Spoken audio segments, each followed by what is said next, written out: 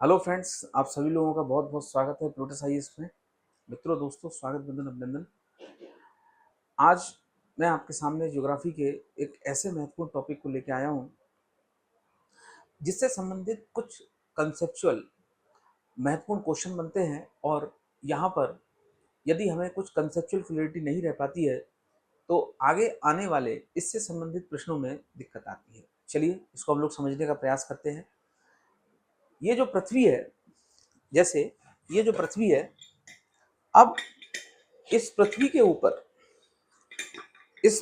ऊपर जो हवाएं हैं वो हवाएं हमारे वायुमंडल के रूप में मौजूद रहती है। और जैसा कि हमने इस पर पहले चर्चा की थी कि पृथ्वी के ऊपर जो वायुमंडल है उसकी अधिकांश गैसें 100 किलोमीटर के दायरे पर रहती है। तो इनमें कुछ जो परतें हैं, जैसे क्षोभ मंडल है, जैसे समताप मंडल है, जैसे मध्य मंडल है, जैसे आयन मंडल है, जैसे बहिर्मंडल है।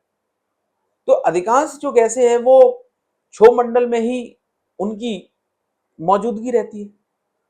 लेकिन पृथ्वी पर सबसे ज्यादा, जैसे नाइट्रोजन 78%, ऑक्सीजन 20.9%, उसके बाद ऑर्गन, कार्बन डाइऑक्साइड, ये महत्वपूर्ण रूप से गैसें पाई जाती हैं। लेकिन जैसे ये पृथ्वी है, ये अपने अक्ष पर पश्चिम से पूर्व की ओर घूम रही है। ये जो पृथ्वी है, ये पृथ्वी अपने अक्ष पर पश्चिम से पूर्व दिशा की ओर घूम रही है। तो पृथ्वी अपने अक्ष पर एंटी क्लॉकवाइज पश्चिम से पूर्व दिशा की ओर घूम रही है। जब ये पृथ्वी अपने अक्ष पर पश्चिम से पूर्व की ओर घूमती है तो इस पर जो है एक बल कार्य करता है जिसे अपकेंद्रीय बल कहा जाता है, और कोरोलियस बल के रूप में भी इसको जाना जाता है। तो पृथ्वी जब अपने अक्ष पर घूमती है तो यहां पर एक जैसा वायुदाब नहीं रहता है। यानी आप इस चीज को देख रहे होंगे कि कहीं पर सूर्य की किरणें सीधी लंबवत पड़ती हैं और कहीं पर सूर्य की किरणें तिरछी पड़ती हैं। तो ये वाला जो एरिया है, खासकर ये वाला जो एरिया है, यानी 0 से लेकर 23.5 डिग्री अक्षांश के बीच वाला, ये वाला जो एरिया है 0 से 23.5 डिग्री के अक्षांश वाला, यहां पर सूर्य की किरणें लंबवत पड़ती हैं। जैसे 21 मार्च, 23 सितंबर, 21 जून, 22 दिसंबर। तो 21 मार्च और 23 सितंबर को विषुवत रेखा पे सूर्य की किरणें लंबवत पड़ती है। 21 जून को कर्क रेखा पर सूर्य की किरणें लंबवत पड़ती है, और 22 दिसंबर को मकर रेखा पर सूर्य की किरणें लंबवत पड़ती है। लेकिन इसके ऊपर सूर्य की किरणें तिरछी पड़ती हैं, लंबवत नहीं पड़ती हैं। तो तापमान और दाब का एक संबंध होता है। यानी जहां जहां पर तापमान ज्यादा होगा वहां पर वायु दाब कम मिलेगा। तो जैसे जैसे इस पृथ्वी की सतह से हम ध्रुवों की ओर जाते हैं, जैसे जैसे पृथ्वी की सतह से ध्रुवों की ओर जाते हैं, ठीक है, तो यहां पर जो टेम्परेचर है वो टेम्परेचर क्या मिलेगा, विषुवत रेखा पर तापमान ज्यादा मिलता है। तो विषुवत रेखा पर टेम्परेचर ज्यादा मिलेगा, जबकि यदि मैं ध्रुवों की बात करूं तो ध्रुवों पर टेम्परेचर कम मिलता है। तो विषुवत रेखा से ध्रुवों पर जाने पर तापमान क्या होगा, गिरता है। विषुवत रेखा से ध्रुवों की ओर जाने पर तापमान कम होगा। यही तापमान के कारण वायु दाब इस पूरी पृथ्वी पर एक जैसा नहीं होता है। तो इसी कारण जो है एयर प्रेशर बेल्ट का क्या होता है, निर्माण होता है। यानी इस पूरी पृथ्वी पर एक जैसा वायु दाब नहीं मिलेगा, क्योंकि तापमान अलग अलग है। और तापमान का संबंध किससे होता है, वायुदाब के संबंध, तापमान का संबंध वायुदाब के साथ होता है। तो वायुदाब और तापमान का क्या रिलेशन है, तो यदि तापमान ज्यादा होगा तो वायुदाब क्या होगा, वायुदाब कम होगा। यानी यदि टेम्परेचर ज्यादा है तो लो प्रेशर होगा, और यदि टेम्परेचर कम है, टेम्परेचर कम होगा, तो ऐसी परिस्थिति में क्या होगा, हाई प्रेशर होगा। यानी ध्रुवों पर क्या होगा, हाई प्रेशर मिलता है। यानी इस वाले क्षेत्र में, विषुवत रेखा के आसपास वाले क्षेत्र में लो प्रेशर मिलता है। तो आप देख रहे हैं जहां जहां तापमान की विविधता है वहां वायुदाब की विविधता मिलेगी। और इसी को ही हमारे भौगोल वैज्ञानिकों ने वायुदाब पेटियों के रूप में निर्धारित किया। यानी सूर्य की किरणें सबसे ज्यादा कहां पड़ रही हैं, विषुवत रेखा पर। तो ये जो विषुवत रेखा वाला क्षेत्र है, यहाँ ये ताप सबसे ज्यादा प्राप्त करता है, टेम्परेचर सबसे ज्यादा प्राप्त करता है, इसलिए इसे उष्णकटिबंध कहा। इससे और ऊपर गए तो फिर ऐसी स्थिति में तापमान कम मिलेगा, तो इसे शीतोष्ण कहा। और ऊपर गए तो तापमान और ज्यादा मिलेगा, और इससे विषुवत रेखा से और ऊपर जाएंगे तापमान और कम मिलेगा, तो शीतोष्ण कहा।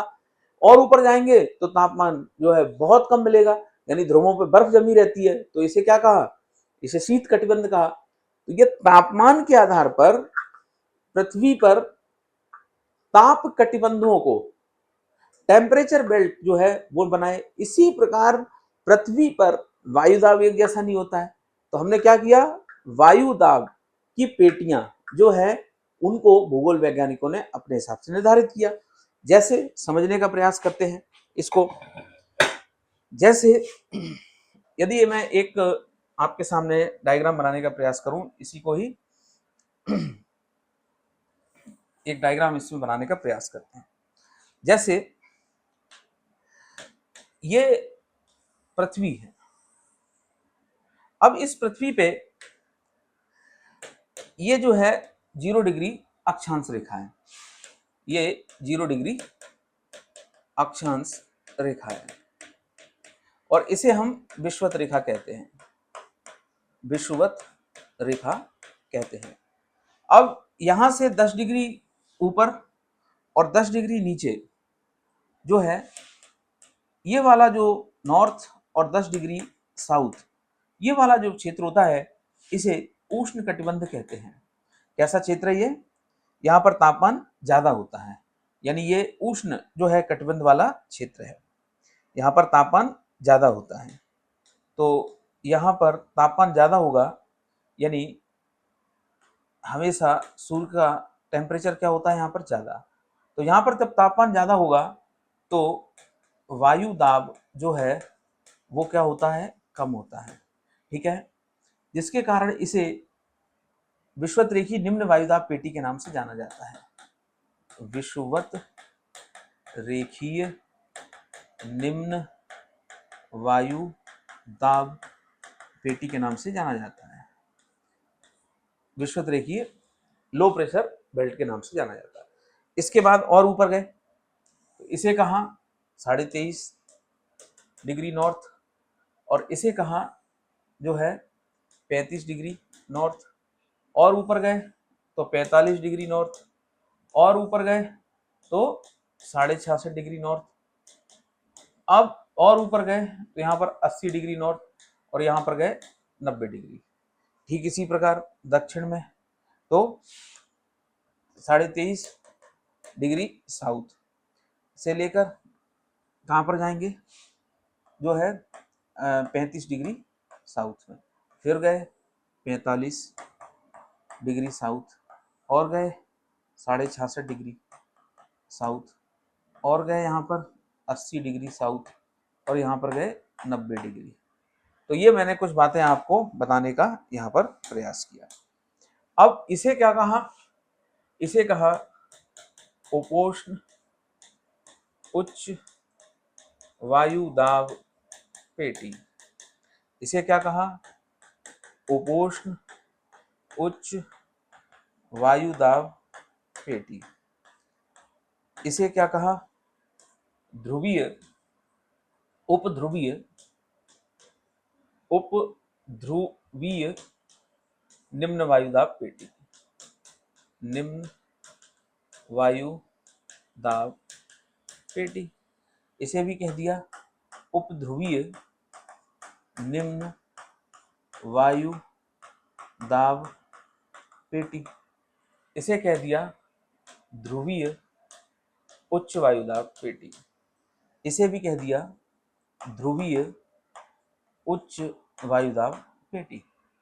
अब देखिए यहां पर है टेम्परेचर ज्यादा है तो यहां पर होगा लो प्रेशर, यहां पर है हाई प्रेशर, यहां पर फिर है लो प्रेशर, और यहां पर है हाई प्रेशर।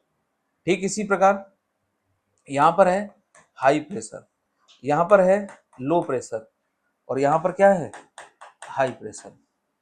तो जैसा मैंने अभी आपसे कहा कि पृथ्वी की सतह से ऊपर जाने पर, पृथ्वी की सतह से जैसे जैसे हम विषुवत रेखा से ध्रुवों की ओर जाते हैं तो तापमान में कमी होगी, तो तापमान में कमी होगी तो वायुदाब क्या होगा, ज्यादा होना चाहिए।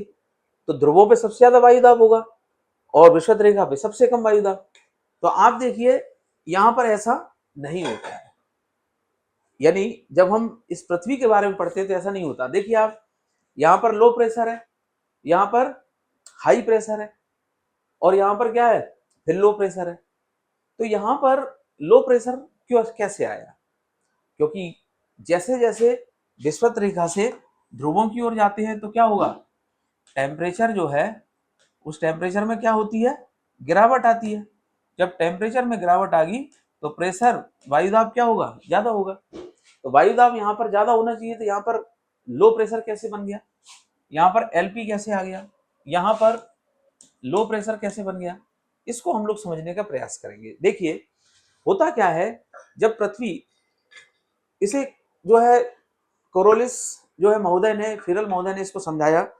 होता यह है कि जब पृथ्वी अपने अक्ष पे पश्चिम से पूर्व की ओर घूम रही है, पृथ्वी अपने अक्ष पे पश्चिम से जब पूर्व की ओर घूम रही है, ऐसी परिस्थिति में तो इसमें जो है एक बल कार्य करता है, और वो कौन सा बल है, अपकेंद्री बल, पृथ्वी का घूमना।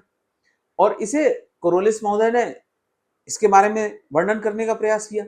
तो पृथ्वी जब अपने अक्ष पर पश्चिम से पूर्व की ओर घूम रही है तो हवाएं क्या होंगी, बाहर की ओर फेंकती हैं, अपकेंद्री बल, बाहर की ओर जो है वो हवाएं फेंकती हैं। तो वही कारण होता है कि जब यहां से विषुवत रेखा से पवनें ऊपर उठी, यानी यहां पर क्या है, तापमान सबसे ज्यादा है, तापमान ज्यादा है तो वायुदाब कम होगा, वायुदाब कम होगा तो पवनें क्या होंगी, विरल होंगी, हल्की होंगी। तो जो पवनें हल्की विरल है वो क्या होती है, ऊपर उठती है। अब ऊपर उठने के बाद इनको यहां ध्रुवों की ओर जाना चाहिए, ऊपर उठने के बाद इनको यहां जाना चाहिए, लेकिन ऐसा नहीं होता है, ये बीच से मुड़ जाती है। और वो क्यों मुड़ जाती है, क्योंकि पृथ्वी का घूर्णन और कोरोलिस बल, जैसे हमने क्या कहा, अपकेंद्री बल के कारण ये पवनें क्या होती हैं, यानी इन पवनों को जाना चाहिए यहां पर, लेकिन ये पवनें क्या होती हैं, ऊपर उठती हैं, और ऊपर उठने के बाद क्या होती हैं, ये पवनें यहां पर मुड़ने लगती हैं, ये पवनें यहां पर मुड़ने लगती हैं, ऐसे करके ये पवनें यहां पर मुड़ने लगती है। ठीक इसी प्रकार ये पवनें यहां पर ऐसे जाकर मुड़ने लगती हैं, ये पवनें ऐसे जाकर मुड़ने लगती हैं। तो देखिए यहां पर जो है कुछ पवनें थी, कुछ और पवनें आ गई, तो यहां पर हो गया हाई प्रेशर। ठीक इसी प्रकार, ठीक इसी प्रकार जो है वह ध्रुवों से जो पवनें हैं, वो यहां से जो पवनें हैं, ये जो इसी प्रकार जो है, यानी ये जो विषुवत रेखा का क्षेत्र है, यहां से जो पवनें ऊपर उठी, तो इन पवनों को आगे जाना चाहिए, लेकिन ये आगे नहीं बढ़ पाती है, ये घूम जाती है और कहां पर बैठ जाती है, उपोष्ण उच्च वायुदाब। तो यहां पर जब ये 30 से 35 डिग्री की ओर बैठती हैं, तो ये जब 30 से 35 की डिग्री की ओर ये पवनें बैठती हैं, तो इसे हमने क्या कहा, उपोष्ण उच्च वायुदाब, क्योंकि यहाँ पर कुछ पवनें थी, कुछ और आ गई, तो यहाँ पर क्या बन गया, हाई प्रेशर। ठीक इसी प्रकार यहाँ पर क्या बन गया, तो यहाँ पर ये एक सेल निर्मित हो गया, और इस वाले सेल को कहा जाता है, इसे कहा गया Hadley cell, Hadley cell, Hadley cell कहा गया। ठीक इसी प्रकार यहां पर जो पवनें हैं, वो पवनें यहां से ऊपर उठ के यहां पर जाती हैं, और यहां से पवनें ऊपर उठ के यहां जाती हैं। तो इसको क्या कहा, इसे कहा, ये वाला जो पार्ट है यहां से, इस वाले पार्ट को कहा फेरल सेल। ये हेडली हो गया, ये हो गया फेरल सेल।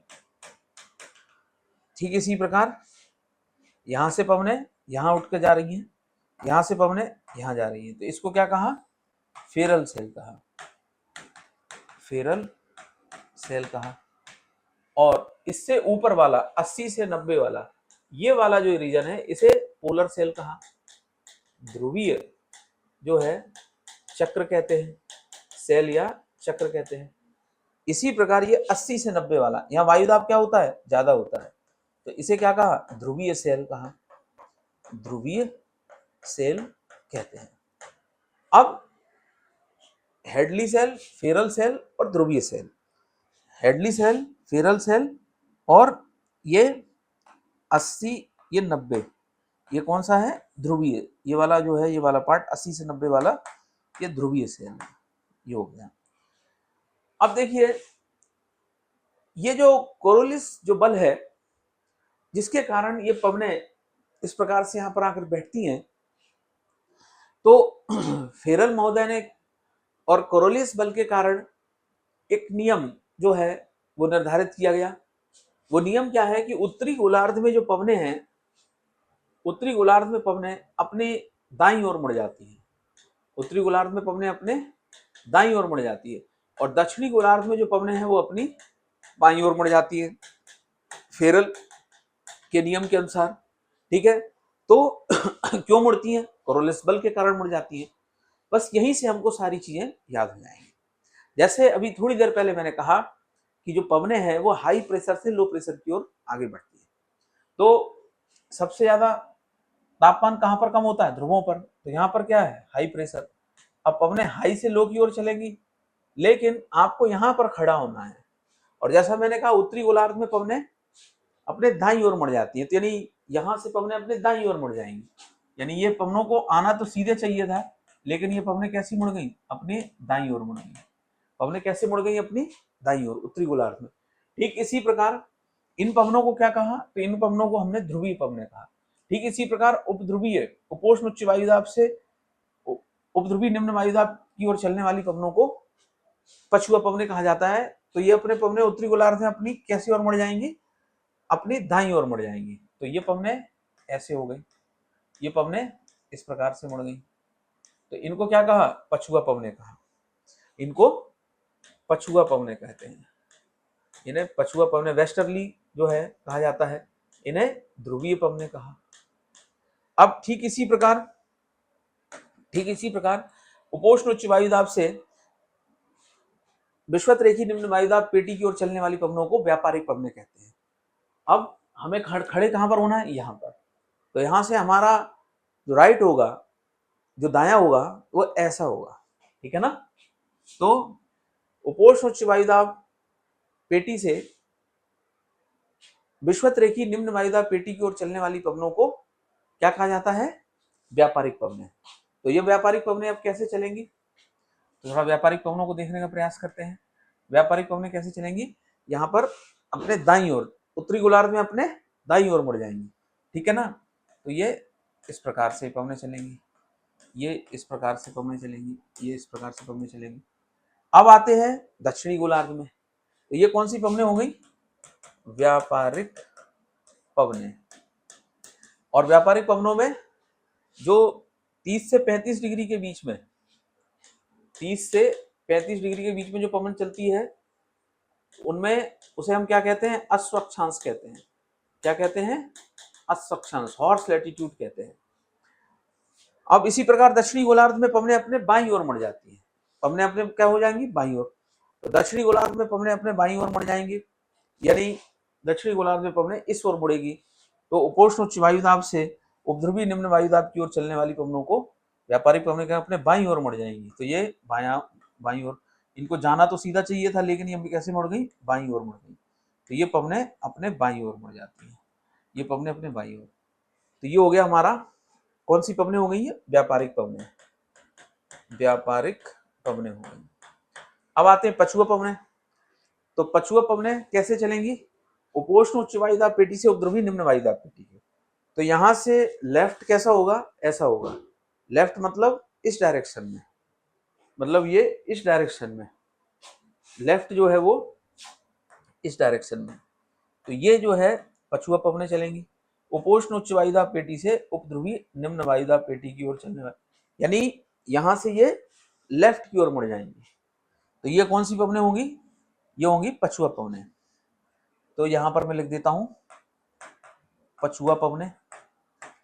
और पछुआ पवनें जो होती हैं, पछुआ पवनें, ये पवनें दक्षिणी गोलार्ध में जो है इनका विस्तार ज्यादा पाया जाता है, और 40, 50 और 60। तो 40 डिग्री को कहा जाता है गरजता चालीसा, गरजता चालीसा।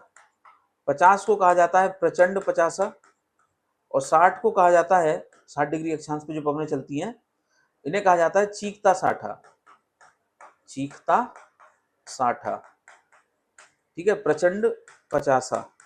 ये प्रचंड पचासा कहाँ से बहती है? वेलिंगटन से, न्यूजीलैंड वेलिंगटन न्यूजीलैंड में एक शहर है। तो ये 50 डिग्री प्रचंड 50 कहाँ से बहती है? वेलिंगटन से।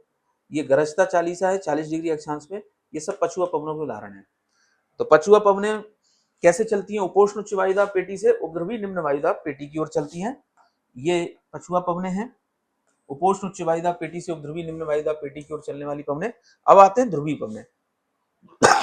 तो ध्रुवीय पवनें ध्रुवीय उच्च वायुदाब पेटी से उपद्रवी निम्न वायुदाब।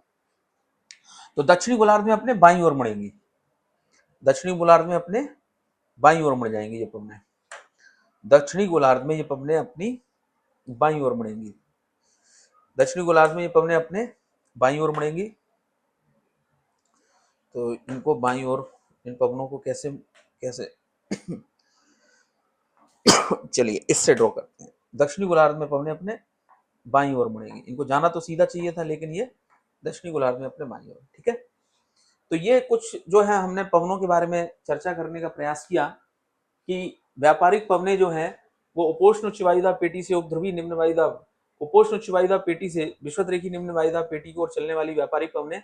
व्यापारिक पवनों में 30 से 35 पे इनका सर्वाधिक विस्तार पाया जाता है। व्यापारिक पवनों का सर्वाधिक जो विस्तार है वो 30 से 35, इस जो है सर्वाधिक विस्तार 30 से 35 तक पाया जाता है व्यापारिक पवनों का। व्यापारिक पवनों का सर्वाधिक जो विस्तार है सर्वाधिक विस्तार इसे अर्श अक्षांश, हॉर्स लैटिट्यूड। पुराने जमाने में जब समुद्री जहाज जाते थे तो वो आगे नहीं बढ़ पाते थे, इसके कारण कई सारे घोड़ों को समुद्र में फेंकना पड़ता था। और इसे जो है शांत या डोलड्रम पेटी भी कहते हैं। विषुवतरेखी निम्न वायुदाब पेटी को इसे शांत या डोलड्रम पेटी भी कहते हैं। इसे जो है 30 से 35 वाला इसे अश्व अक्षांश भी कहते हैं। अश्व अक्षांश भी कहते हैं। और यहाँ पर 40, 50 और 60 पर 40, 50 और 60 पर यहाँ पर पछुआ पवनें चलती हैं, जिन्हें गरजता 40, प्रचंड 50 और चीखता 60 के नाम से जाना। और ध्रुवीय पवनें, तो ये हो गई हमारी ध्रुवीय पवनें। तो इस प्रकार से हमने कुछ ये पवनों को पढ़ने का प्रयास किया। यानी ये जो हमारी पवन हुई, ये जो पवन है ये ध्रुवीय, ये ध्रुवीय पवन, ये ध्रुवीय सेवल। यहाँ पर जो पवनें चल रही हैं वो कौन सी पवनें हैं? ये ध्रुवीय पवनें हैं। यहाँ पर जो पवनें चल रही हैं ये ध्रुवीय पवनें हैं। तो यहाँ पर लिख देता हूँ मैं, यहाँ पर जो पवनें चल रही हैं ध्रुवीय, ये ध्रुवीय पवनें हैं, ये ध्रुवीय पवनें हैं। ये पछुआ पवनें हैं, ये व्यापारिक पवनें हैं। ठीक इसी प्रकार ये व्यापारिक पवनें, ये भी जो व्यापारिक पवनें हैं, ये पछुआ पवनें हैं, ये पछुआ पवनें चल रही हैं यहाँ पर। और यहाँ पर कौन सी पवनें हैं? ये ध्रुवीय पवनें हैं। तो यहाँ पर लिख देता हूँ मैं, ये जो पवनें हैं ये ध्रुवीय पवनें हैं। ये है ध्रुवीय पवनें, ध्रुवीय पवनें। तो हमने ये जो है इसको समझने का प्रयास किया कि किस प्रकार से व्यापारिक पवनें, पछुआ पवनें और ये ध्रुवीय पवनें, ठीक है ना, व्यापारिक पवनें, पछुआ पवनें और ये ध्रुवीय पवनें, ये हमारी हो गई ध्रुवीय पवनें। ये हमने पढ़ने का प्रयास किया। और जैसा कि मैंने अभी थोड़ी देर पहले आपको बताया कि उत्तरी गोलार्ध में जो पवनें हैं वो अपने दाईं ओर मुड़ जाती हैं। यानी जब उपोष्ण उच्च वायुदाब पेटी से विषुवतरेखी निम्न वायुदाब पेटी की ओर जब पवनें चलेंगी तो पवनें अपने राइट साइड दाईं ओर मुड़ जाएंगी। तो ये पवनें अपने दाईं ओर मुड़ गई, व्यापारिक पवनें, ये दाईं ओर ये पवनें मुड़ जाती हैं, इन्हें ही हम व्यापारिक पवनें कहते हैं।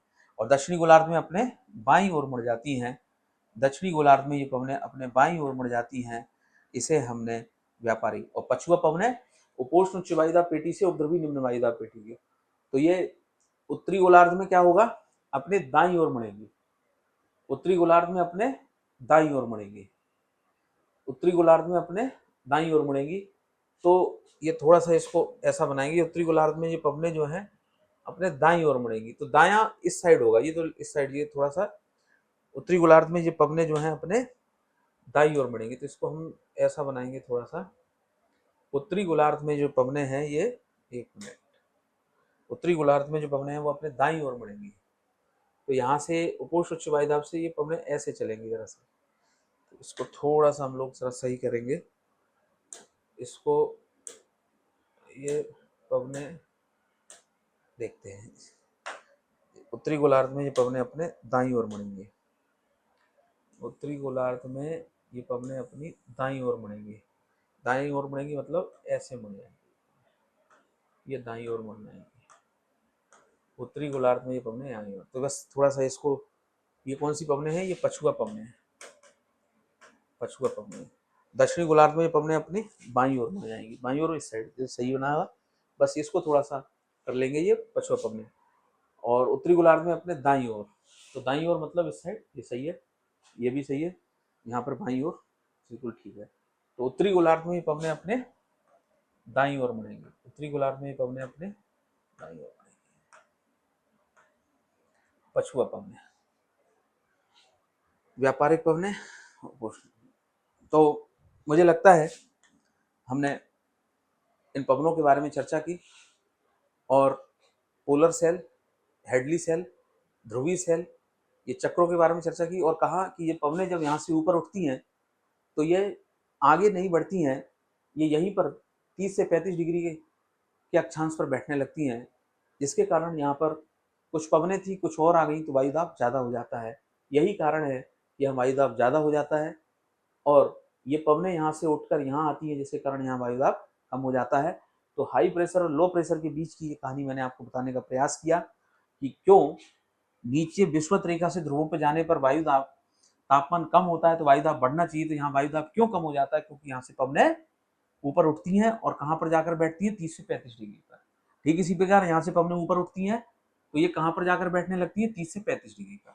ठीक है ना, तो ये पवने कहाँ पर बैठ रही हैं, 30 से 35 के बीच में ये पवने बैठ रही हैं, ये पवने। तो इस चीज को आपको याद रखना है। तो ये हम लोगों ने कुछ बातें समझने का प्रयास किया, और इसके बाद हम लोग जो है नेक्स्ट जो है वो पवनों के प्रकारों के बारे में चर्चा करेंगे, और आगे इसी से संबंधित महत्वपूर्ण मुद्दों पर चर्चा करेंगे। तो आज के लिए इतना ही, बहुत बहुत धन्यवाद।